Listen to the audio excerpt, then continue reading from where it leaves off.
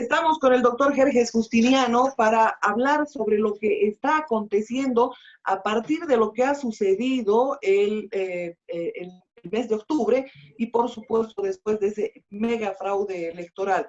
Muchos temas se han dado para que este sector, este bloque, tome oxígeno y ahora a nivel internacional se difunde una cantidad de temas que no corresponden a la realidad boliviana. ¿A qué atribuye todo esto, doctor Justiniano? Bienvenido, buen día. Muy buenos días. A ver, déjeme entender bien el cuestionamiento. Usted me dice que a nivel internacional hay una serie de cuestionamientos en cuanto a lo sucedido en Bolivia. ¿Eso es?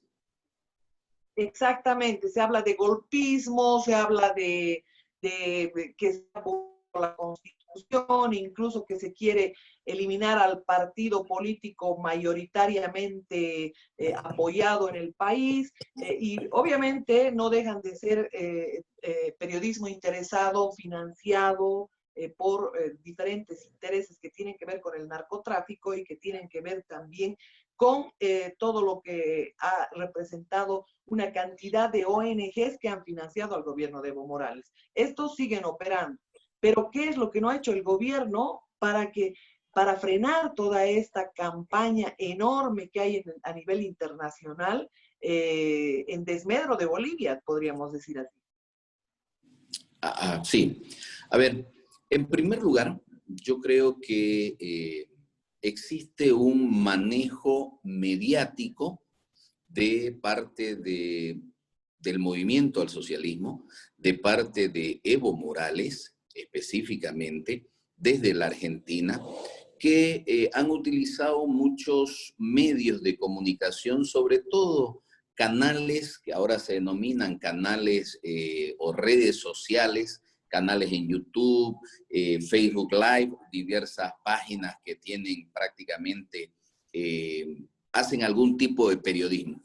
Yo he participado y no tengo ningún inconveniente en participar en este tipo de periodismo independientes, que de independientes sabemos que no tienen nada. Y evidentemente todo este tipo de periodismos que están alimentados, digámoslo así, en cierta medida por un sector político que responde a una tendencia de izquierda. ¿Por qué? Porque evidentemente hubo un momento político que en Sudamérica prácticamente vivimos la influencia de este movimiento político de izquierda. No nos olvidemos que en la Argentina estaba la señora y los esposos Kirchner, en México, en Uruguay estaba Mujica, en el Brasil estaba Lula, Dilma, en Ecuador estaba Correa, en Venezuela estaba primero Chávez, luego Maduro, en Bolivia estaba Evo. Entonces, hasta se llegó a conformar un bloque que se denominó el ALBA. Evidentemente, todo ese movimiento de izquierda perdió mucha, pero mucha hegemonía a nivel de bloque, a nivel latinoamericano, y ahora están intentando, y han visto que en Bolivia perdió esa hegemonía también, perdió poder el movimiento al socialismo, y ahora intentan mostrar de manera muy parcializada que en Bolivia hubo un golpe de Estado. Particularmente hemos sido muy claros, inclusive con entrevistas con esas redes sociales, que en Bolivia no hubo un golpe de Estado, que Evo Morales renunció, que García Linera renunció, que la presidenta del Senado renunció y que el primer vicepresidente también renunció. Y si la Constitución dice que si hay consecutiva renuncia debe suceder otra persona, a eso se llama sucesión constitucional. Y creemos que en Bolivia ha habido una sucesión constitucional. Lamentablemente, uno de los grandes defectos que ha tenido este gobierno, que es un gobierno transitorio, ha sido perder el norte del mandato que tenía, porque el mandato es muy claro, el mandato es constitucional y el mandato dice llamar a elecciones. Y obviamente estas elecciones deben ser transparentes y debería haber hecho gestión. Lamentablemente perdió el norte en el momento que este gobierno y particularmente la señora presidente Yanine Áñez, se transformó en candidata. En el momento que se transformó en candidata, ella tiene una dualidad de funciones. Por lo tanto, no le permite ejercer al 100% su calidad de presidente, porque tiene que ser además candidata. Y eso es lo que ha llevado a una tragedia en nuestro país, porque eso ha impedido que ella pueda salir fuera del país, pueda salir a mostrar qué fue lo que pasó, porque evidentemente pudiéramos decir, y esta es una frase que la acuño muy propia mía, que la presidente es prisionera de su presidencia. No puede salir fuera del país. Por una sencilla razón no puede salir. ¿Quién la va a suceder mientras ella salga? La tiene que suceder la presidente de, en este caso, de la Asamblea Legislativa o del Senado, que sería la señora Eva Copa. Y evidentemente no puede hacer. Y ha fallado en una política internacional de comunicación internacional, que en un principio sí se hizo. Los primeros días, las primeras semanas, sí se hizo, y es más, se logró el reconocimiento de varios países, y como que de hecho, finalmente, si miramos en el contexto internacional, la comunidad internacional ha terminado reconociendo el gobierno de Yanine Áñez como un gobierno constitucional. Entonces, ahora, lamentablemente no ha hecho bien su labor, pero no ha hecho bien su labor porque se ha dedicado a otras que no era su mandato constitucional. Entre ellas, no ha hecho bien su labor en cuanto a impulsar, propugnar, proactivar el proceso penal por fraude electoral. Hubo un proceso, hay un proceso electoral, hubo un fraude, y resulta que ha sido incapaz el Ejecutivo de realizar las gestiones de proactividad para demostrar quiénes son los verdaderos autores y artífices del fraude. Porque yo no creo, particularmente en mi experiencia como abogado dedicado al tema penal, yo no creo que el que haya hecho un fraude, los vocales del órgano electoral, lo hayan hecho simplemente para congraciarse pues con Evo Morales, ¿no? El fraude, no hay lugar a dudas del fraude, la OEA lo ha estimado. Es más, Evo Morales renunció, en primer lugar, fue Evo Morales el que anuló las elecciones. Ilegalmente, porque él no tiene facultades para anular, pero habrá que recordar que aquel 10 de noviembre, 10 o 12, 10 de noviembre, Evo Morales en la mañana, primero hace un comunicado que anulaba las elecciones. Y luego en la tarde hace el comunicado que renunciaba a su calidad de presidente. Lo que quiere decir que quedó evidenciado que el fraude existió, porque si no hubiera existido el fraude, ¿por qué Evo Morales le anuló las elecciones? Existió. Si no hubiera existido fraude, ¿por qué la OEA, desde el primer momento la OEA? Hay que recordar el 20 de octubre, la OEA llamó la atención, los observadores, ¿por qué se paralizó inexplicablemente el conteo rápido? Y luego, cuando se reanuda el conteo rápido el 21 de octubre, nuevamente la OEA dice por qué se paralizó y que además inexplicablemente se cambió la tendencia de una manera muy vertiginosa. Ya ahí se notaba la existencia del fraude. Y finalmente, el informe de la OEA del 10 de noviembre, que era el informe que Evo Morales decía, esperemos el informe, esperemos el informe. Finalmente llegó el informe y se determinó que hubo fraude. Y la prueba más evidente que hubo fraude es que se inició proceso penal contra los vocales del órgano electoral, se los detuvo preventivamente inclusive. ¿Por qué? Porque el delito existió y se comprobó su participación, pero lamentablemente no ha existido la capacidad suficiente de este gobierno ejecutivo de continuar con las gestiones para dar con los verdaderos responsables del fraude. El órgano electoral fue el ente operativo del fraude. ¿Quién fue el ente intelectual del fraude? Sí, ahí hay unos indicios, ¿no? Hay una orden de aprehensión, por ejemplo, contra Héctor Arce Saconeta. Pero Héctor Arce respondía a él mismo. Él decidió hacer el fraude sin el consentimiento de Evo Morales. Eso es lo que no se ha logrado investigar y lamentablemente en eso, en proactivar ese proceso, se equivocó el gobierno. Y por ello es que finalmente se le dio alas nuevamente al movimiento al socialismo, un partido político que estaba agazapado, que estaba herido. El 10 de noviembre prácticamente no había movimiento al socialismo en las calles. Nadie del movimiento al socialismo, ninguna de las instituciones o de las organizaciones sociales salió a defender a Evo Morales. Nadie, porque el movimiento al socialismo estaba herido de muerte por una, ilustrémoslo así, por un puñalazo que se clavó él mismo. Decía ser democrático. Quien comete fraude no es democrático. Por lo tanto, el MAS estaba herido. Ahora ya no está herido. Ahora ya está nuevamente altanero. Ahora ya están amenazando con que quieren elecciones el 6 sí o sí y que se van a hacer las elecciones. No importa que la gente se muera. Al movimiento al socialismo no le importa que la gente se contagie. No ve la experiencia de otros países.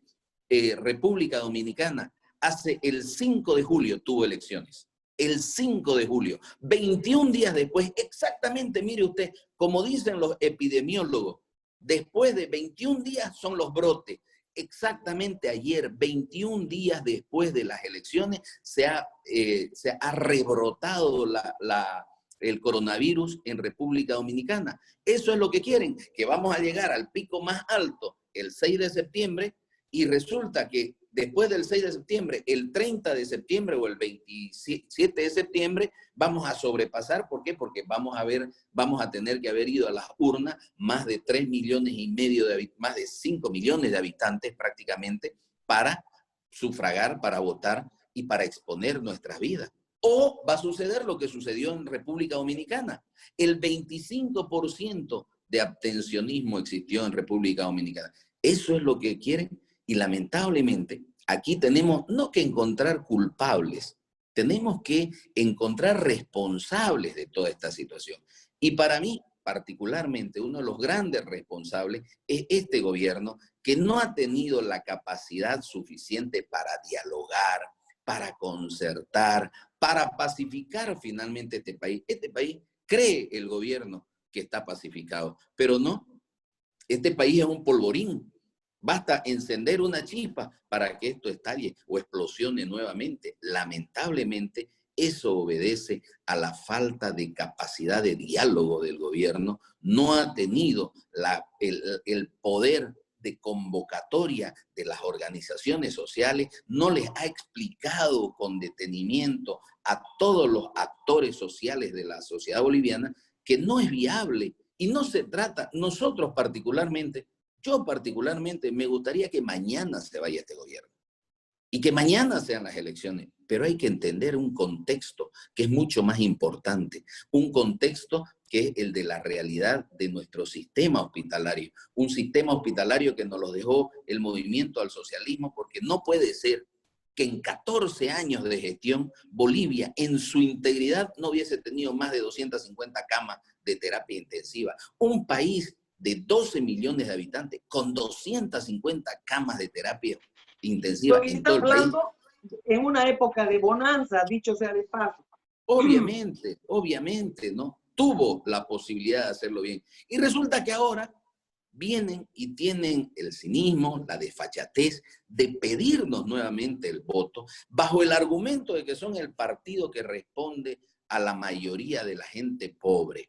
A la mayoría de la gente pobre que en 14 años de gobierno no hizo nada el movimiento al socialismo para sacarlos de la pobreza. Engañaron. Nos mintieron. Yo me recuerdo una frase de Evo Morales que dijo, creo que fue por allá por el 2012 o 2014, en 5 años más vamos a estar como en Suiza.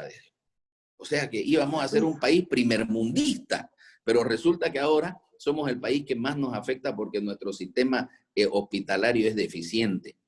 Y resulta que tenemos este sistema hospitalario deficiente y lamentablemente nos encontramos con un gobierno ejecutivo que en lugar de dedicarle fondos y recursos económicos a eso, vemos que hay actos de corrupción, vemos que se roban la plata, vemos que nos mienten y encima vemos un partido que hace campaña política, por más que el órgano electoral hubiera dicho la semana pasada que no se declara infundada la demanda de Comunidad Ciudadana contra la agrupación Juntos porque no hicieron uso de recursos del Estado en propaganda electoral.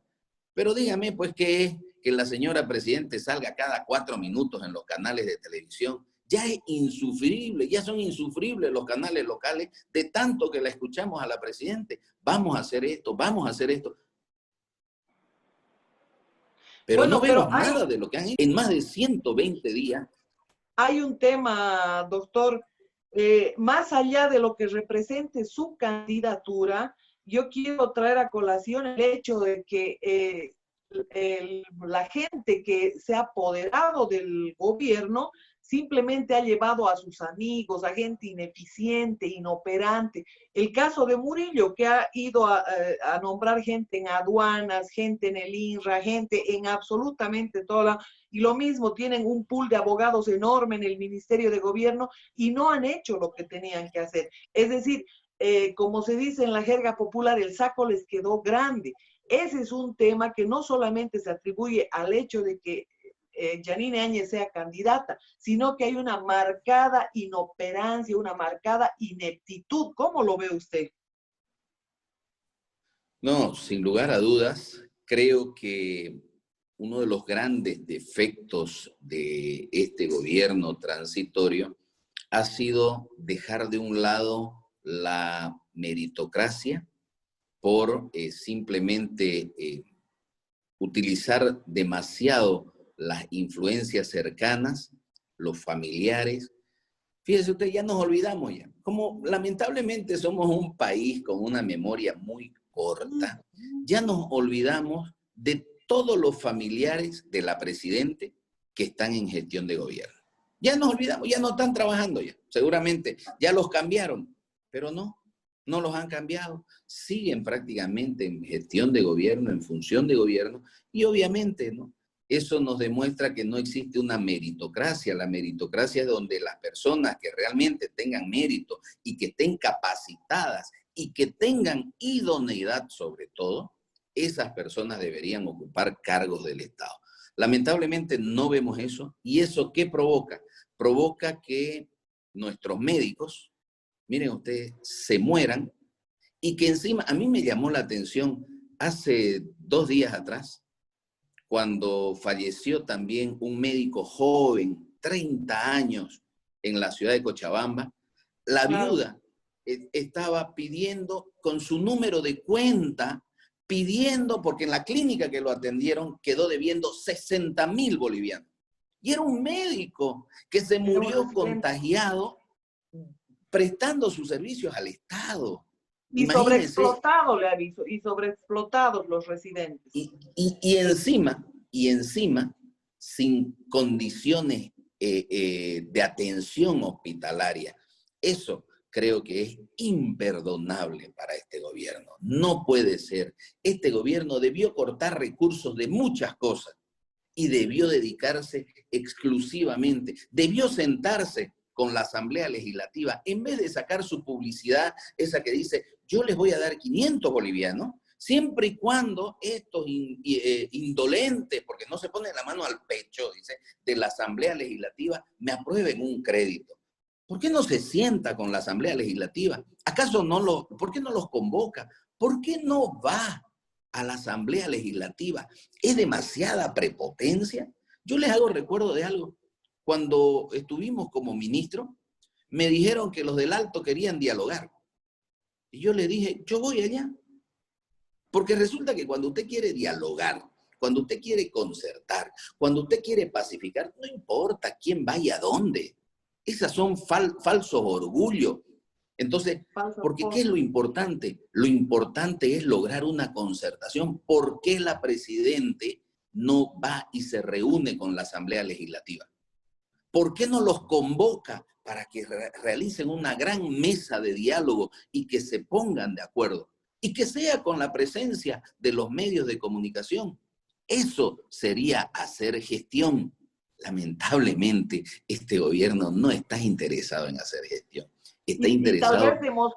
Y tal vez demostrar que esos movimientos sociales no están en pos de diálogo, están en pos de simplemente activar el conflicto, ¿ah? Es una buena estrategia ponerlos en evidencia en todo caso. Y acá vuelvo a la Obvio. primera pregunta, que usted hablaba de todos esos movimientos sociales. Evo Morales ha creado en 14 años organizaciones paralelas, una dictadura sindical sin precedentes. Hay una cantidad de organizaciones sociales, entre comillas, desde los ponchos rojos, los ponchos verdes, que hasta eran turísticos, simplemente ahora son organizaciones políticas. Entonces, si no tenía el mando, el movimiento al socialismo, creaba una organización paralela a aquella. Pero además ha creado las Bartolinas, ha creado una cantidad de Interculturales. movimientos sociales que son falsos, que son simplemente gente a la que ha financiado, son organizaciones prácticamente delincuenciales, los interculturales y no sé cuánta historia que han emergido simplemente a raíz de poder generar una suerte de respaldo y de vitrina a lo que está haciendo Morales en el gobierno. ¿Cuál es su criterio en relación a esto? Creo que el movimiento al socialismo se empoderó porque creó una serie de instancias de control social. Ese control social que él lo gobernaba, que él lo manejaba, que él lo manipulaba, me refiero al movimiento al socialismo, no tiene muchas veces la suficiente representatividad. Por esa razón, fíjense ustedes, les voy a dar una sola institución de esos movimientos sociales, el Consejo Nacional de Marcas y Aylus, CONAMAC. 3 CONAMAC hay ahorita. Claro. ¿Por qué hay 3 CONAMAC? Porque evidentemente no hay una representación que aglomere a la gran cantidad de las marcas y de los Aylus. Lamentablemente, eso ha sucedido en todos lados. 3 SIDOP existen.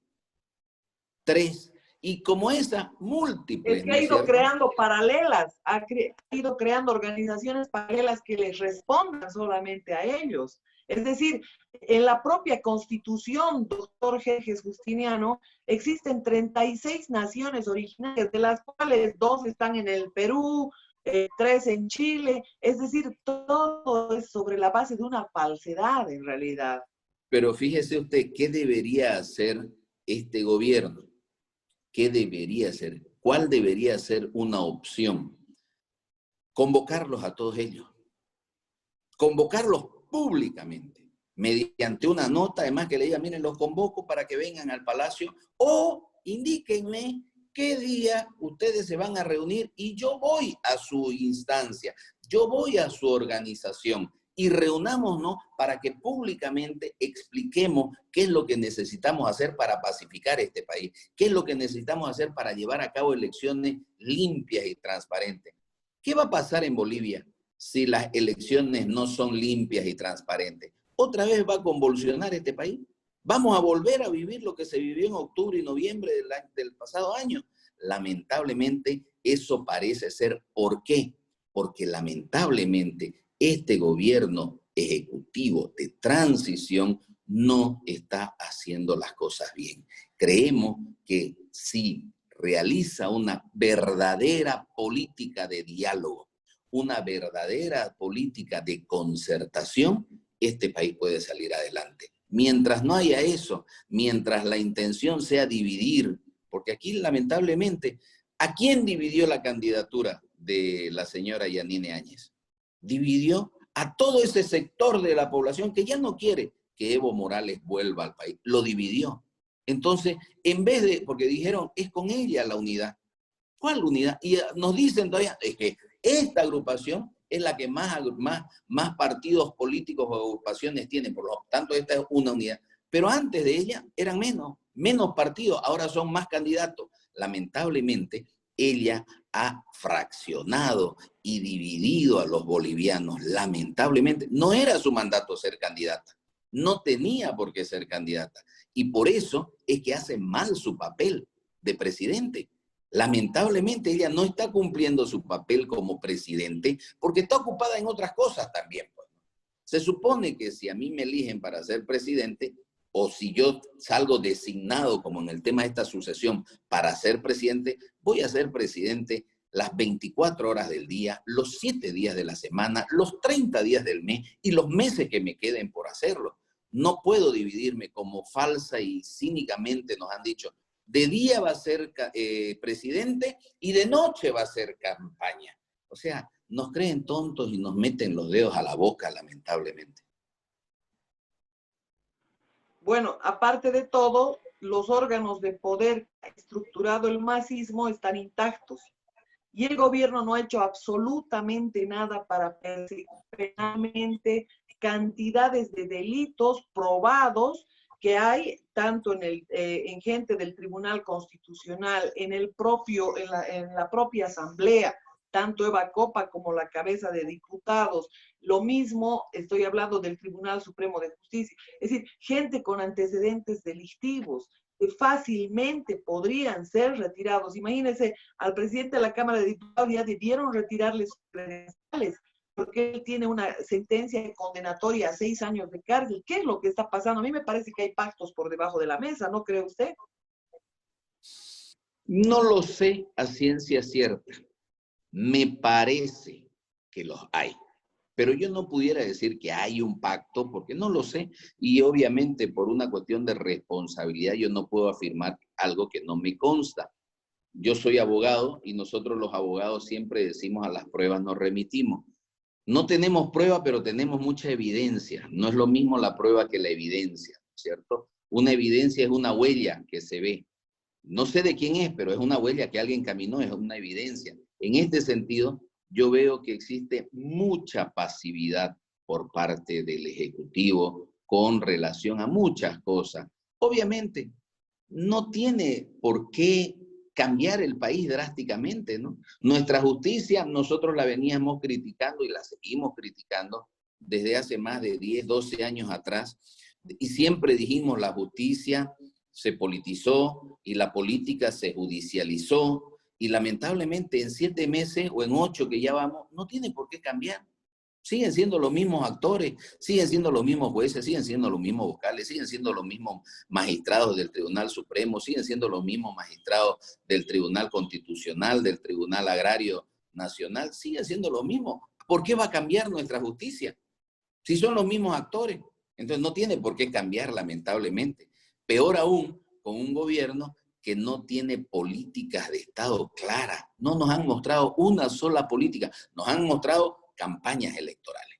Nos han mostrado que este gobierno va a crear tantos empleos. ¿Acaso no dijo Goni eso también cuando fue candidato? Iba a crear 500.000 empleos, esto iba a crear 300.000 nada más. Entonces, y Goni lo dijo eso en el 2003, creo que fue, el 2004 las elecciones. Entonces, imagínense este gobierno ineficaz, incapaz, negligente, además, lamentablemente, y que está jugando a costa del pueblo boliviano y que no tiene la capacidad política de evitar que el conflicto social se acentúe. El conflicto social mañana, martes, van a salir, va a haber una marcha que va a bajar del Alto a la ciudad de La Paz. A ver qué va a pasar mañana. ¿Por qué? Y no me diga la señora presidenta que no está enterada, que no sabe, porque resulta que ella pues tiene que tener un departamento de inteligencia, ¿no? O que no sepa Murillo qué es lo que va a pasar mañana en el Alto. Sabe, pues. Pero ¿y por qué no los han convocado ya a los dirigentes? ¿Por qué no han ido a ver una reunión? Tienen miedo, porque no los quieren. Entonces que busquen operadores que tengan capacidad de diálogo, que tengan capacidad de negociación, de concertación. No los tienen y vivimos enfrentados los bolivianos, producto de la incapacidad de nuestro gobernante. Bueno, varios temas se quedan para un nuevo contacto, doctor Jerjes. Un fuerte abrazo, le agradezco muchísimo. Muchas gracias. Muchas gracias bueno, y siempre a sus órdenes. Hasta luego. Muy amable. Yo vuelvo a Control Central y para continuar con la programación de Canal 33. Un fuerte abrazo al doctor Jerjes Justiniano y por supuesto decir que estos temas tienen mucho, mucho que ver con todo lo que está sucediendo en términos de corrupción en el país. Y de esto vamos a hablar después de esta pausa.